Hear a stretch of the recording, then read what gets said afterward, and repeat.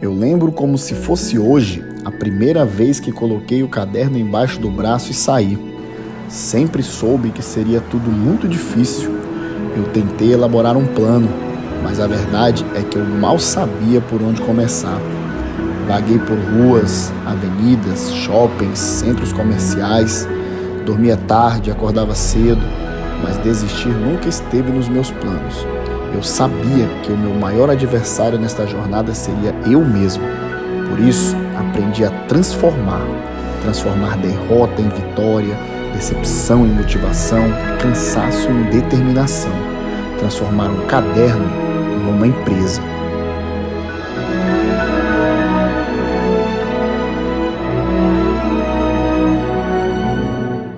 Olá, pessoal! Sejam todos bem-vindos mais uma vez para o nosso terceiro episódio do podcast O Caderno que Virou Empresa. E aqui vocês já sabem, né? A gente traz convidados que vão nos contar as histórias da fundação das empresas. A gente não quer aqui discutir o momento atual dessas empresas. A gente quer discutir aqui, quer conhecer, na verdade, as histórias de quando essas empresas surgiram, os desafios, as coisas que eles tiveram que abdicar, as decisões que tiveram que ser tomadas para que essas empresas chegassem hoje aonde chegaram.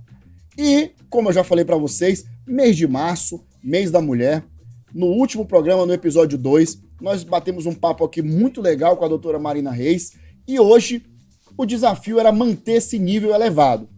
E para manter o nível elevado, eu trouxe uma convidada muito especial.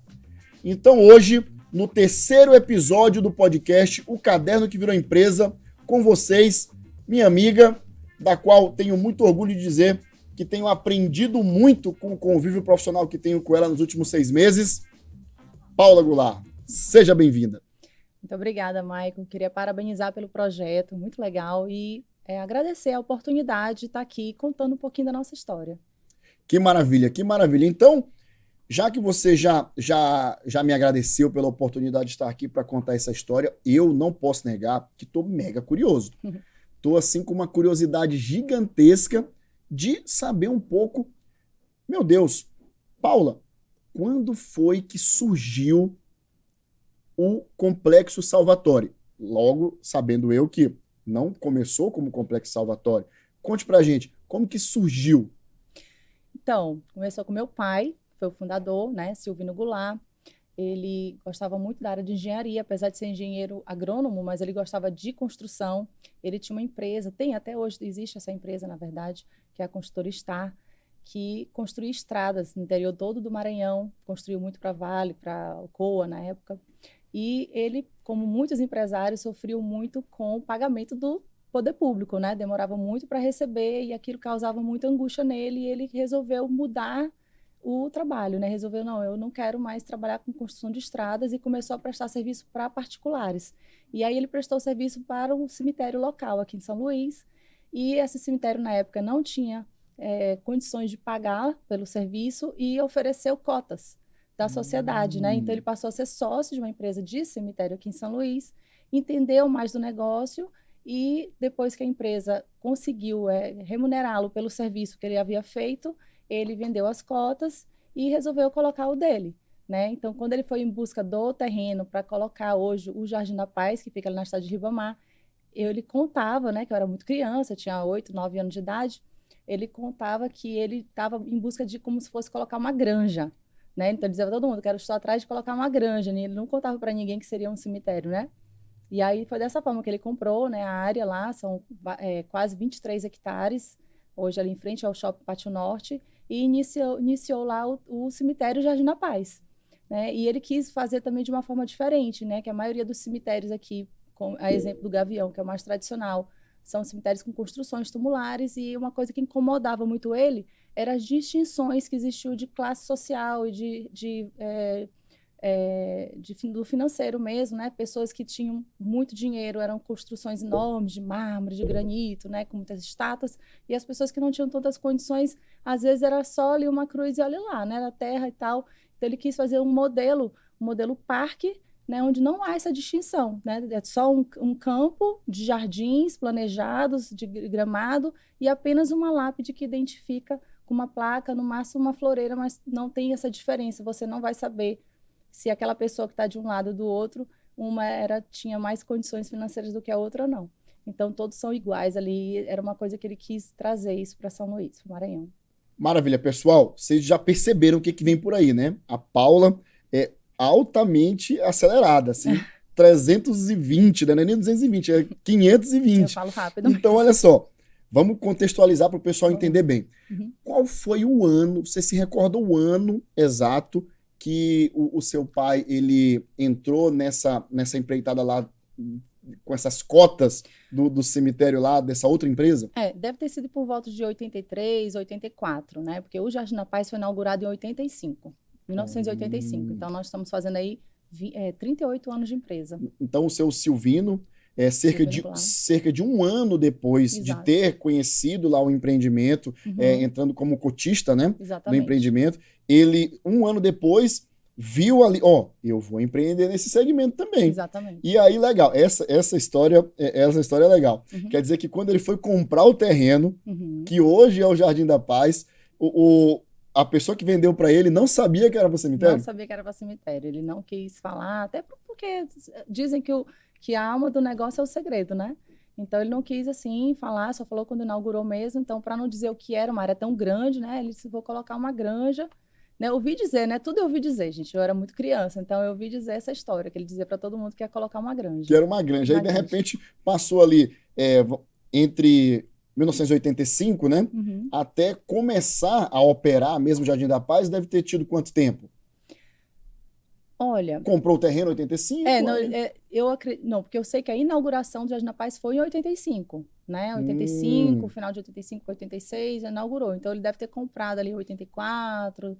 começado a construção, uma coisa que ele sempre foi muito preocupado é de começar a comercializar depois que já tivesse a construção, porque tem gente que já só coloca uma plaquinha e já começa a vender, né? Sim. Ele não, ele só começou a comercializar mesmo, né? Depois que já tinha todas as obras, né? Já estava uma construção mais avançada. Tinha essa preocupação, né? E uma coisa que eu achei muito interessante do que você colocou agora há pouco é assim, ele já trouxe uma ideia diferente de negócio do que tinha, né? Exatamente. Já veio também com uma preocupação em fazer um negócio onde tivesse ali uma situação de igualdade entre os usuários, né? Entre as pessoas que iriam comprar o serviço, né? Então, já chegou com uma ideia nova ali de projeto. Não tinha, acredito eu, um outro projeto nessa linha, pelo menos não na cidade, né, de São Luís, né? Então, aí eu pergunto para você, nós temos ali 1985, né? Ali começou lá o Jardim da Paz. E aí, em que momento o caminho da Paula Goulart se cruza, assim, pela primeira vez com o Jardim da Paz?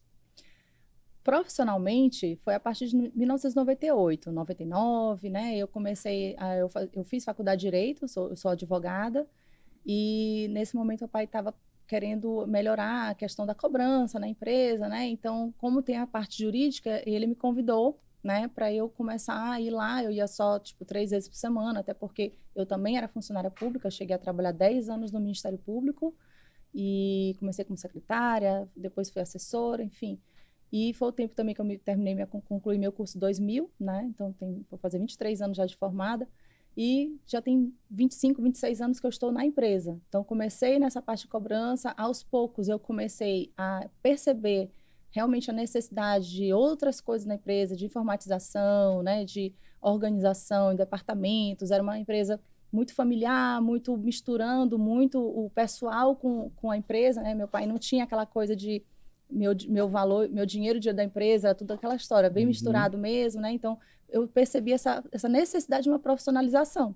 E aí, com o tempo, eu comecei a trabalhar cada vez mais, fui gostando também de trabalhar lá, percebi a necessidade minha, pessoal, de aprender mais sobre gestão. Então, eu comecei a fazer uma pós em gestão empresarial na FGV, e toda essa bagagem, né, fui me envolvendo cada vez mais, viajando, conhecendo novas empresas também do mesmo segmento em outros estados, né? E fui me apaixonando cada vez mais com gestão de empresa mesmo. E hoje sou a diretora-geral, né, a CEO da empresa. Estou lá até... Que maravilha. Olha, pessoal, o danado do empreendedorismo, né? Como já foi dito aqui nessa mesa aqui, o mosquitinho do empreendedorismo cooptou ali uma advogada e ali no início dos anos 2000 para ir para o ramo, para a área, ir para o empreendedorismo, quase não sai, hein? E para ir empreender, vamos ver se sai. E aí você pode colocar assim como marco, um momento em que você disse assim, não, sai direito, entra a Paula aqui, empreendedora, empresária. Você consegue identificar assim qual foi o período, a linha temporal, em que ano você disse assim, não, direito mais não, eu quero agora ser empresária? Olha, deve ter sido mais ou menos por volta de 2005, 2006, foi que realmente, porque papai começou aos pouquinhos, ele era muito apegado, né, ele era muito centralizador, então ele começou a entregar um pouco mais, deixar eu fazer as mudanças que eu estava querendo fazer, e aí com isso a gente começou a implantar, que é um fato muito importante de falar também, que a gente iniciou com o cemitério de Jardim da Paz, mas no decorrer todos esses anos eu mesmo fui implantando vários outros serviços, né? A gente implantou a funerária, os serviços funerários, tem muita gente que confunde o que é um, o que é outro, né? Sim. Porque o cemitério é a parte de sepultamento, e a gente também depois colocou a cremação, e a funerária é o serviço de traslado, que é da urna funerária, da floricultura, do velório. Então, a gente implantou todos esses serviços, então, a funerária, velório, floricultura, o crematório, e a gente também ampliou agora recente, né, tem um pouquinho mais de um ano, a parte do PET, que é o cemitério crematório PET. Daí também, né, já agilizando aqui a nossa conversa, que eu sou acelerada, que surgiu também essa nova marca, né? Por que surgiu essa transição de marca do Jardim da Paz para o Complexo Salvatório? Foi justamente a gente resolveu que a gente precisava de uma marca que congregasse, que abraçasse todos esses serviços que o complexo começou a oferecer. E a gente não tinha mais apenas o cemitério Jardim da Paz. Hoje nós somos um complexo de serviços funerários e a gente consegue entregar para a sociedade todas as necessidades nessa área. Então, daí que surgiu o Complexo Salvatório. Maravilha. Aí, uma coisa que eu sempre fico curioso. Você tem lá o seu pai, né? O Silvino, que você disse aqui, ó, era muito apegado ao negócio, né? Ficava lá. E assim, conhecendo uma característica como essa dele, qual foi o grau de dificuldade que a Paula teve em implementar mudanças? Tem que melhorar aqui, tem que melhorar ali. Qual foi o grau que você teve de dificuldade para isso? Michael, eu costumo dizer que contra fato, quer dizer, meu pai me ensinou essa frase, contra fato não tem argumento, né? Então, todas as vezes que eu ia falar com ele, alguma mudança, eu vinha com todos os dados e fatos e dados que posso imaginar, todos os números, tudo. Então, eu não tinha como contestar. Então, se ele vinha com A, eu já tinha B, C, D, o abecedário todinho pronto para mostrar para ele. Então, ele não tinha como contestar aquilo que eu estava oferecendo para as mudanças. Esse é o primeiro ponto, né? E com dados e fatos para ele. E o segundo ponto foi os retornos, né? A partir do momento que ele começou a verificar que todas as mudanças que estavam sendo implementadas, elas estavam gerando um retorno para a empresa, ele começou a respeitar mais essas decisões, ele começou a confiar mais realmente no meu trabalho e começou a descansar mais, começou a fazer viagens mais longas. Às vezes, quando ele era um pouquinho mais restrito, mais ou menos numa ideia que eu estava querendo dar, aí eu esperava essas viagens que ele ia fazer, às vezes ele fazia viagem de 3 meses, ele gostava muito de viajar. E aí, quando ele viajava, eu fazia o projeto, dava andamento no projeto, quando ele voltava, já estava só o resultado. Ou já estava em obra, geralmente alguma coisa de obra. Por exemplo, o nosso laboratório, que eu também esqueci de citar, nós temos um laboratório de conservação, que a gente chama de tanatopraxia, e quando a gente resolveu construir, ele estava muito resistente, ele viajou, eu já comecei a obra, quando ele chegou a obra já estava quase pronta. Não, então peraí. Então eu pensei, vai se zangar, mas já foi. Então peraí, não, aí essa aí é importante, né? Quer dizer, então, que ele viajou. Antes dele viajar, você falou para ele, eu quero fazer isso, quero fazer isso. Ele, não, calma, peraí. Exato. Aí, viajou, você começou. Exatamente. E quando ele chegou, que ele olhou? Ele chegou, quis se zangar, falou assim, não sei o que, isso não vai dar certo, não sei o quê. E aí, depois, 1 mês, 2 meses depois, ele viu, não é que deu certo? Contra fatos não tem argumento. Contra fatos não tem argumento, entendeu? Você então, usou o jargão dele. O jargão dele, exatamente. Contra ele mesmo. Que legal, exatamente. Que maravilha. Então, Paula, o que a gente vê? Então, a gente começou a ter ali um momento em que você abandonou de vez, né? Abandonou de vez não, mais ou menos, que a gente conversa ali, de vez em quando você recebe do seu jurídico ali um documento ou outro, a advogada volta um pouco, né? A advogada volta um pouco. Mas assim, você abandonou ali aquela carreira lá jurídica naquele momento. Então nós estamos aí no início dos anos 2000, né? 2006, né? 2007. Nós já temos ali a Paula, né, já gestora, lado a lado ali com seu pai, gerindo a empresa de verdade. Tanto é que ele já estava descansando um pouco mais, né, tendo um pouco mais aí de até fazendo viagens aí, essa coisa toda. E aí eu pergunto para você, chegou um momento, né, todos nós sabemos que houve a partida do seu pai, né? Sim. E nesse momento da sua família, você era a pessoa que estava lado a lado com ele à frente do negócio, né? E o desafio de assumir isso e suceder o seu pai no negócio? O tamanho desse desafio? É verdade, assim, inclusive muitas empresas às vezes não passam para a segunda, terceira gerações por causa dessas questões familiares, né? Não é previsto isso, não é conversado. Uma coisa que eu sempre falo para meus amigos gestores de empresa, o momento certo de tratar de sucessão é quando está tudo bem. Não é quando acontece uma doença ou quando a família está em algum tipo de discussão. Quando está tudo bem é o momento de conversar. Então, assim, sempre existem questões familiares, né, mas não demorou muito, né, a família, perdão, entrou em consenso e eles resolveram me manter na posição, né, que eu já estava praticamente, mas a gente resolveu depois contratar realmente um escritório de advocacia que fizesse todo o trabalho de governança, que a gente chama de governança corporativa, que cria os acordos de sócios, que cria toda aquela documentação para dar uma certa segurança, falando sobre sucessão, já começa a profissionalizar, né? Porque uma família, uma empresa familiar, ela tem a parte de família, propriedade, a operação, então isso tudo precisa estar muito bem conversado e organizado e tem que estar documentado também. Então, hoje a gente tem todos os documentos já mostrando quem, para trabalhar na empresa, precisa ter tais e tais requisitos. A gente não pode transformar a empresa em cabide de emprego, né? Às vezes, muitas empresas também não vão para frente por isso, porque ficam querendo encaixar familiares, né? Sim. E não agem de forma profissional. Então, hoje a gente procura, já tem uma consciência na família de querer profissionalizar, até porque para a empresa ter essa longevidade e conseguir passar para outras gerações.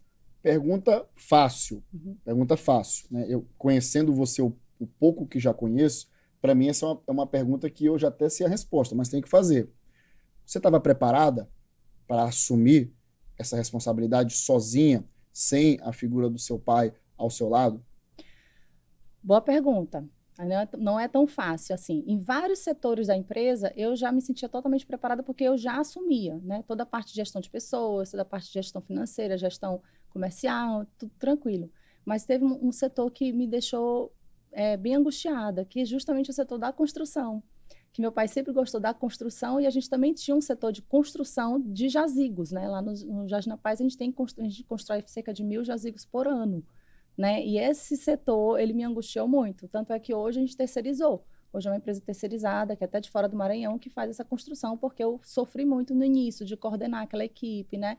Que é uma equipe mais especializada, fugindo totalmente do meu conhecimento técnico, era um conhecimento mais técnico, de engenharia, de tudo mais. Então, aquilo ali me angustiou bastante. Então, hoje eu descanso um pouco mais, porque a gente conseguiu achar uma empresa que tem o know-how, que conhece, que sabe fazer, uma empresa do Ceará. Então, hoje já tranquilizou mais a gente. Mas, assim, esse ponto bem aí, ele realmente trouxe um sofrimento, assim, realmente para tocar. Sinto muita falta dele nessa área de construção. A Paula, de hoje, de 0 a 100%, empresarialmente falando, ela tem quantos por cento do Silvino? Empresarialmente, a gente já fez aquele perfil comportamental, não sei se já fizeste, que é o DISC, famoso DISC, que meu perfil comandante bate bem alto e eu puxei isso dele. Ontem mesmo, domingo, aliás, estava reunindo com minha família, a gente falando de vários assuntos, e esse perfil comandante dele está em todos os filhos. Todos os filhos têm esse perfil mais, né, mandão e tal, então isso está totalmente ligado com ele. Então, assim, de 0 a 100%, a empresária uns Paula, 80%, 80% tem aí do empresário Silvino, né? Exatamente. Até porque eu perdi minha mãe, eu tinha só 9 anos, então eu não convivi muito. Meu pai já convive bastante, ele faleceu tem 5 anos, né? Então, eu não sei te dizer o que eu puxei dela, assim, eu sei o que eu puxei dele, Sim. né? Então, eu acredito que, pelo que eu convivi com ele, que eu conheci, 80% da minha gestão lá está linkada com ele. Se você pudesse dizer assim, olha, Michael, eu certamente aprendi dezenas, centenas, milhares de lições com meu pai. Mas se eu quisesse criar agora um pódio com você, quero criar um pódio. As 3 maiores lições que o empresário Silvino ensinou para a empresária Paula. Um pódio, as 3 maiores lições que ele deixou para você.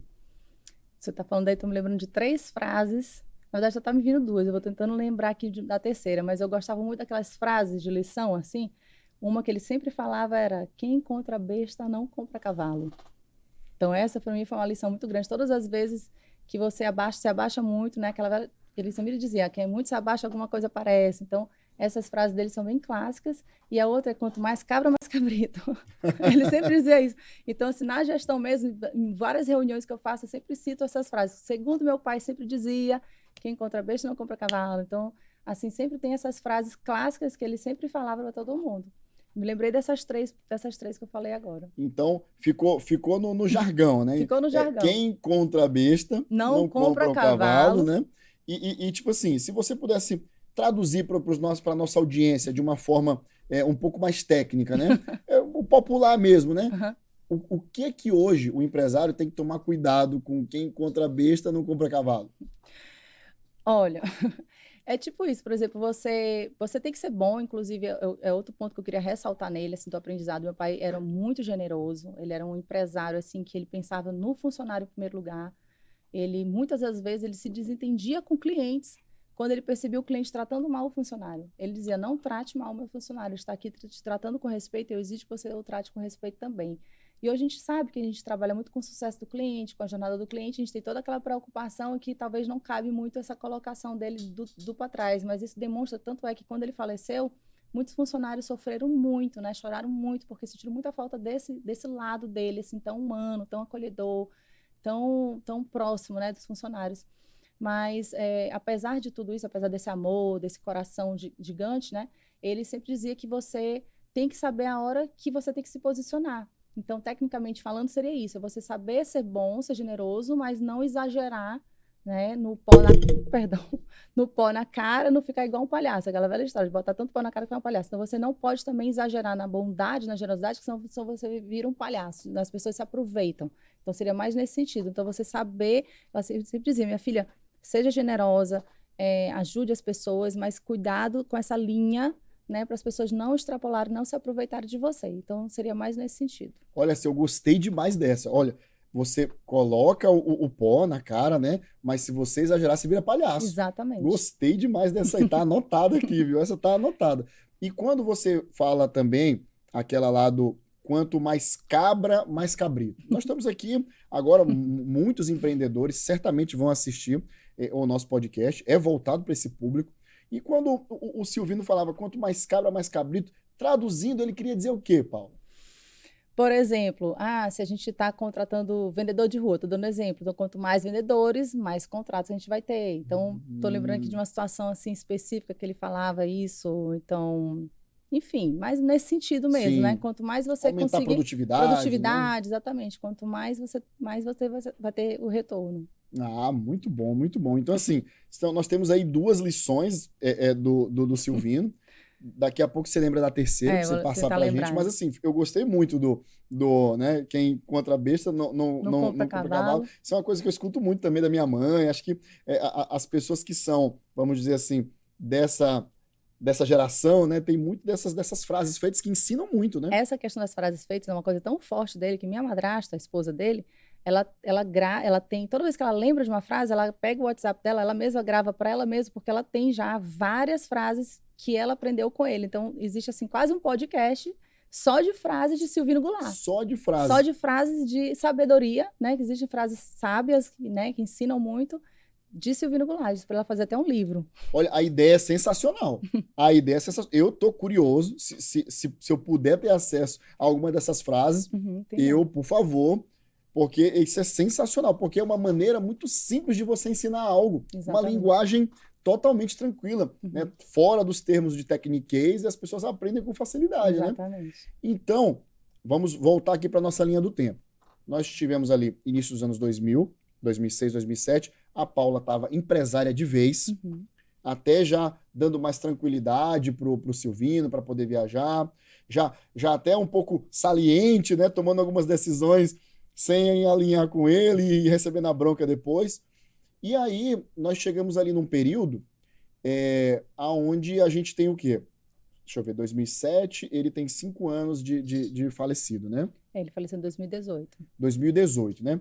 Então, antes do período de falecimento dele, né, como você falou, você já foi dando uma tranquilidade maior para ele a nível de gestão, né? Então, assim, teve um período, certamente antes do falecimento dele, que ele já vinha bem mais desacelerado na empresa, né? Então, em algum momento, quando você viu assim, poxa, o meu grande mentor, a pessoa que é eu sou 80% dele, você acabou de falar aqui, né? Tá chegando próximo da sua finitude, como você costuma muito falar, né? Em algum momento você pensou assim, cara, eu não vou seguir com isso aqui não, eu vou voltar pro direito, ou vou buscar uma outra área, empreender com outra coisa. Em algum momento você pensou em não seguir esse caminho? Não. Eu amo o que eu faço, amo o meu trabalho. Eu estava comentando há pouco para você que eu não sei a diferença entre trabalhar e lazer. Eu adoro as segundas-feiras, né? Então eu gosto do que eu faço, assim, eu tenho uma verdadeira paixão mesmo. Então eu nunca pensei. Eu falo para meus filhos brincando, eu digo, olha, o Salvatore, chamava Jardim na Paz na época, o Salvatore é meu filho mais querido, porque ele é que sustenta todo mundo, né? Toda a família. Então, assim, antes de qualquer coisa, eu penso na empresa, sempre. Sempre penso em primeiro lugar, porque é uma realização pessoal. Eu acho que tem muita gente, assim, que muitos amigos brincam comigo, que falam assim, nossa, trabalha com isso, bate na madeira, faz o sinal da cruz, aquela coisa como se fosse um tabu mesmo. Eu aprendi muito com a empresa, com o meu dia a dia, a justamente valorizar mais a vida. Quando você tem esse contato próximo e humano com pessoas que estão passando pelo processo do luto, que perdem seus entes queridos, você passa a valorizar muito a sua vida. E outra coisa, a gente faz diferença na vida dessa família. Essa pessoa que perdeu um ente querido, ela, da forma como ela é atendida pela empresa, ela pode passar por esse luto, essa transição, né? Essa ressignificação da vida de tudo, de uma forma muito melhor, muito mais tranquila. Então, assim, hoje o que eu faço, o meu trabalho virou meu propósito de vida. Então, hoje, eu saio de casa para o trabalho muito para realizar isso, para fazer diferença realmente na sociedade, fazer diferença na vida dessas pessoas. Então, eu nunca pensei na minha vida em fazer outra coisa que não seja isso. Que maravilha, que maravilha. Não importa qual foi a dificuldade que você já passou, eu imagino que tenha sido muito difícil você ver ali, você ficar sem o seu mentor, sem o seu pai, a pessoa que fundou a empresa, ensinou praticamente tudo que você sabe sobre ela. Então, se essa dificuldade de ficar sem ele ao seu lado não fez você em nenhum momento pensar em desistir, eu não vou nem perguntar se teve alguma outra coisa administrativa ou financeira que tenha feito você pensar que essa certamente não, né? Nunca. Mas eu quero fazer uma outra pergunta agora, baseado no quê? Você explicou agora há pouco. A empresa familiar tinha lá os seus irmãos, né? Todos. Só que você foi a eleita para tocar a empresa. Você é a comandante da empresa. Porém, existe uma grande responsabilidade sobre isso, né? Então, como é que você encara isso? Como é que é essa cobrança própria sua e a cobrança dos irmãos pelo sucesso da empresa que está nas suas mãos? É uma responsabilidade, né? Eu acho que é mais nessa palavra que eu gosto de usar, responsabilidade. Mas assim, todas as vezes que eu me reúno com meus irmãos, eu percebo uma confiança muito grande deles, e isso aumenta na responsabilidade, né? Mas eu sempre compartilho tudo. A gente sempre tem uma reunião mensal, a gente reúne todos, a gente sempre faz a apresentação dos demonstrativos da empresa, né? E tudo muito compartilhado, muito bem conversado. Então, assim, a gente acaba que divide muito a responsabilidade, porque, assim, apesar de eu ser a CEO, mas eles são sócios, né? Então, são sócios conselheiros. Então, toda a parte mais estratégica, mais de decisões mais importantes, de aprovações de orçamentos e tudo mais, eles sempre estão participando. Então, essa responsabilidade é muito bem compartilhada, né? Então, assim, como eu voltando a falar, já que esse podcast é voltado para os empreendedores, é muito importante que as empresas elas tenham esses acordos muito bem conversados, muito bem redigidos, não fique só nas palavras, também é bom ter contratos, realmente, a gente chama de acordo de sócios, né, acordo de cotistas, que tenham essas regras muito bem estabelecidas. Isso é fundamental para a longevidade das empresas e para uma harmonia familiar, porque para você não misturar família e negócio, né? Negócio, daquela velha frase, negócio, família à parte, não é isso? Amigos à parte. Sabe? Amigos à parte. Exatamente, a mesma coisa. Família, negócio, tudo separado, para não ter essa mistura realmente, agir de forma profissional. Aí eu pergunto para você agora, você imagina um empreendedor que está, nesse exato momento, tendo que tomar determinadas decisões, está passando por algum tipo de perrengue, é aquela pessoa que está ali no início da sua empresa e precisa, assim, tomar decisões de fato que podem mudar totalmente o rumo das coisas, né? O Silvino, olhando para uma pessoa dessa hoje, você vai tentar pensar agora com a cabeça dele. O que ele diria, se ele pudesse trazer uma mensagem para uma pessoa dessa no início do seu negócio? O que você acha que seria uma mensagem que ele falaria para essa pessoa?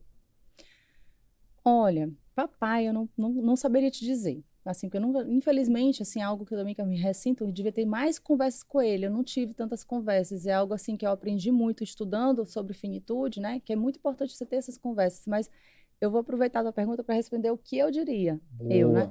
Eu acho que todo empreendedor, ele tem que primeiro saber qual é o seu propósito. Qual é o propósito e qual é o propósito da empresa que você está construindo, que você está empreendendo, né? Qual é a diferença que essa empresa vai fazer na sociedade, na vida das pessoas. E você também tem muito bem definido os seus valores.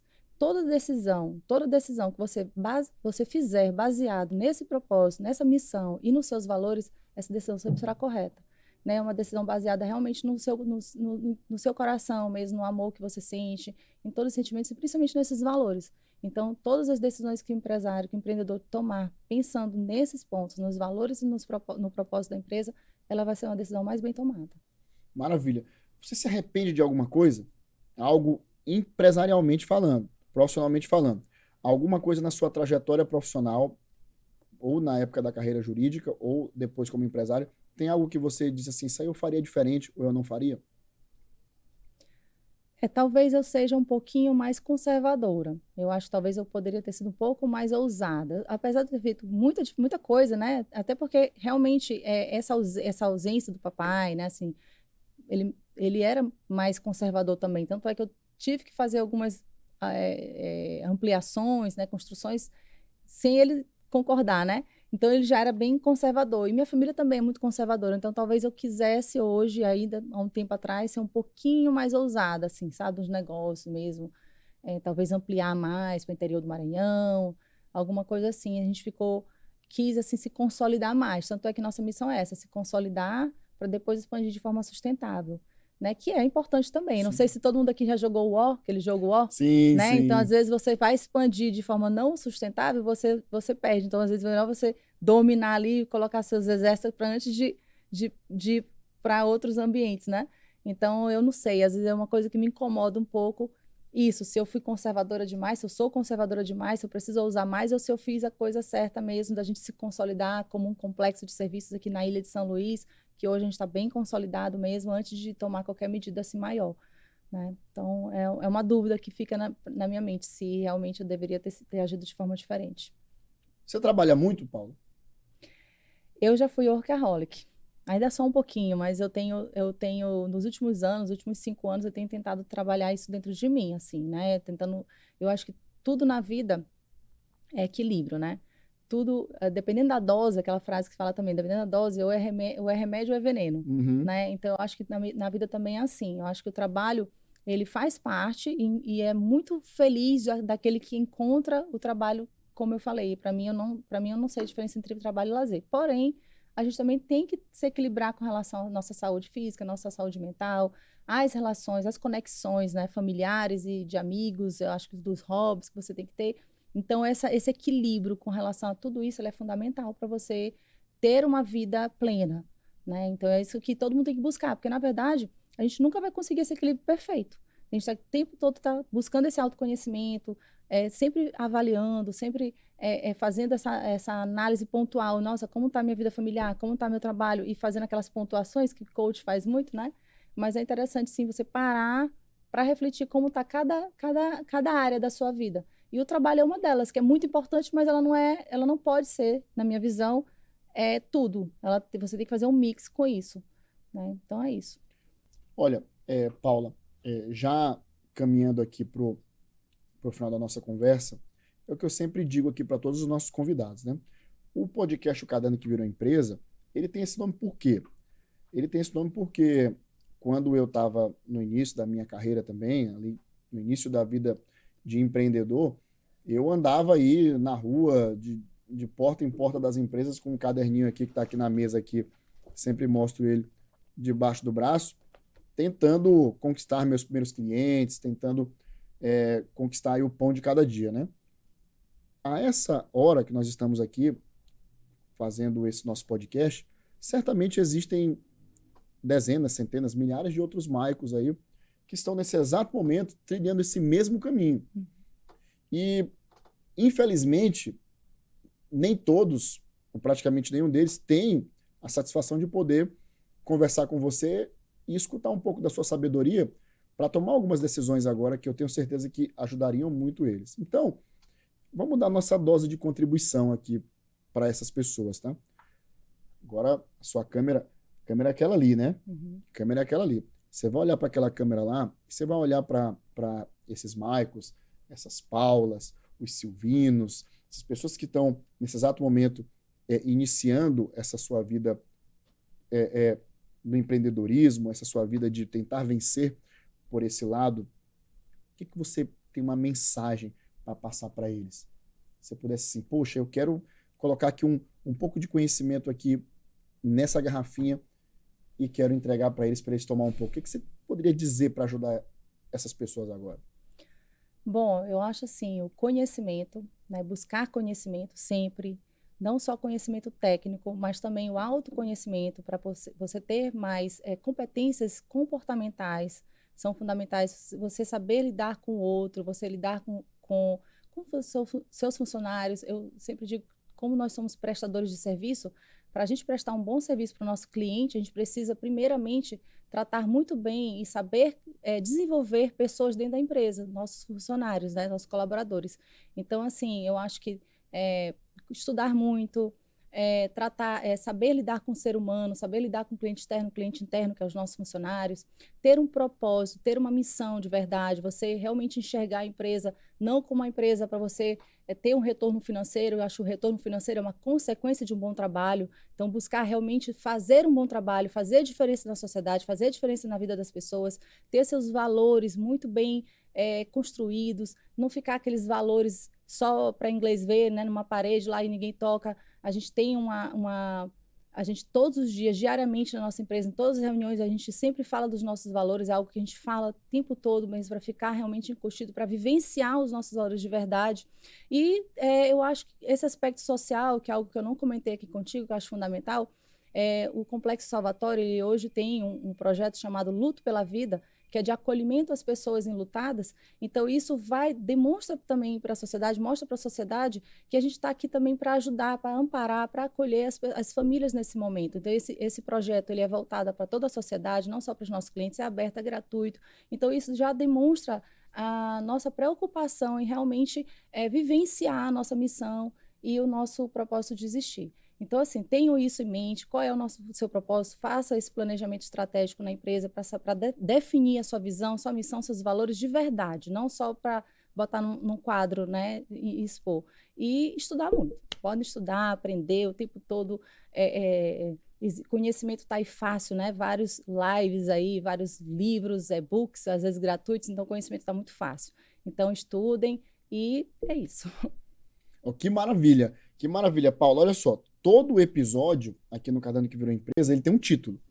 A gente teve o episódio 1 com o Francisco Rocha, da Psyll, que foi o Direito a um Sonho. Uhum. Nós tivemos o título do episódio 2, que foi com a doutora Marina Reis, que foi Acredite em Você. Uhum. E eu quero sugerir, eu quero encontrar o título do nosso episódio, e eu quero sugerir aqui, de tudo que eu escutei aqui com você, eu queria sugerir um nome para o tema do seu episódio. Então, o que você acha da gente colocar como tema do seu episódio tenha um propósito? Sim. Episódio 3, tenha um propósito. Paula Goulart. Sim. Tá de bom tamanho tá assim? Ótimo, tá maravilhoso, ótimo? Sim. Eu acho que é o que transpareceu para mim em toda a conversa que a gente teve aqui no podcast, antes do podcast, nos bastidores, é que para mim o que te moveu até hoje a chegar até aqui é porque eu acho que você, tenho certeza que você sempre teve um propósito claro. Até li há pouco tempo agora um livro que fala a tríade do tempo, e para você fazer essa organização do tempo, porque esse livro ele tenta trazer com que você... Porque o seu maior patrimônio é seu tempo. Né? A gente aprende muito isso. Eu aprendi muito com o meu trabalho, né? Que a gente trabalha com finitude. Então, nosso maior patrimônio é o tempo. Então, esse livro ele vem ensinar a gente onde colocar essa energia, onde gastar o nosso tempo, né? Então, a gente só consegue saber o que de fato é importante para a gente quando a gente primeiro descobre o nosso propósito. O que nos faz feliz. Por isso que eu digo que o autoconhecimento é tudo, né? Então, você entender realmente, você existe para quê? Você está aqui para quê? O que te faz feliz? O que é importante para você? É o primeiro ponto para você organizar seu tempo. Então, realmente, gostei da sua sugestão. Perfeita. Tenha um propósito. Tenha um propósito. Acertei em cheio, né? Verdade. Acertei em cheio. Maravilha. Então, Paula, olha só. Eu queria te agradecer pelo seu tempo. Muito obrigada. Pelo seu tempo, você ter vindo até aqui, compartilhar conosco, com todas as pessoas que vão assistir esse nosso podcast, esse vídeo, né, um pouquinho do seu conhecimento. É um privilégio para mim poder compartilhar de um convívio profissional com você. A gente, de fato, e isso não é história aqui, eu vou falar um outro jargão, já que a gente falou muito de jargão aqui, né? Uhum. Diz que quando a gente está elogiando a pessoa que está perto da gente, diz que é missa de corpo presente, né? Não, isso não é missa de corpo presente. Se você tiver a oportunidade de conversar com a Paula 30 minutinhos que seja, 20 minutinhos que seja, você vai ver que ela é uma pessoa que transpira conhecimento.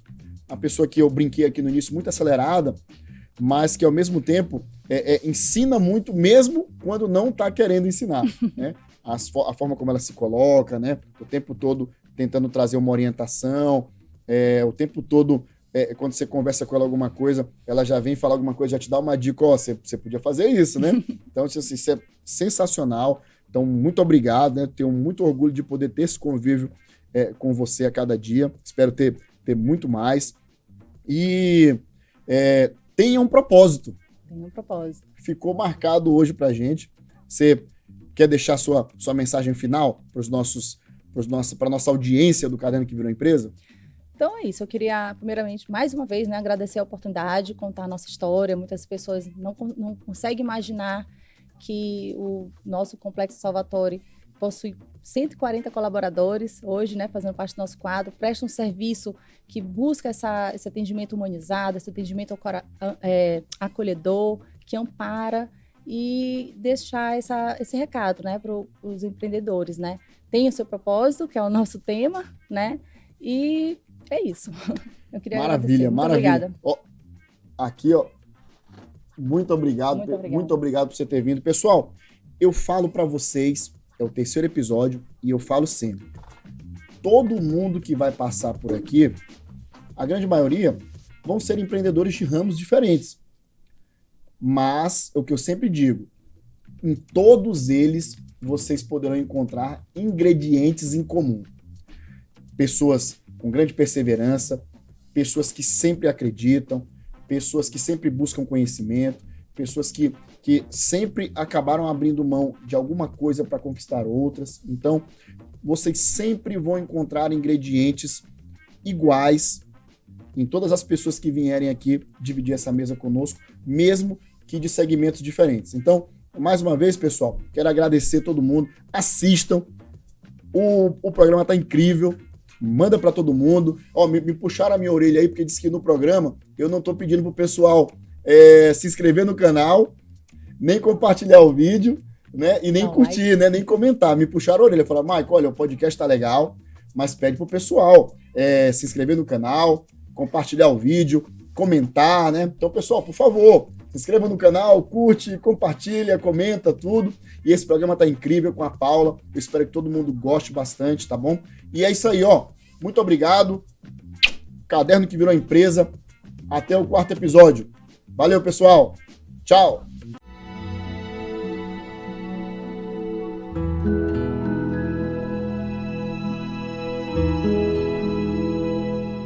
Eu lembro como se fosse hoje a primeira vez que coloquei o caderno embaixo do braço e saí. Sempre soube que seria tudo muito difícil. Eu tentei elaborar um plano, mas a verdade é que eu mal sabia por onde começar. Vaguei por ruas, avenidas, shoppings, centros comerciais.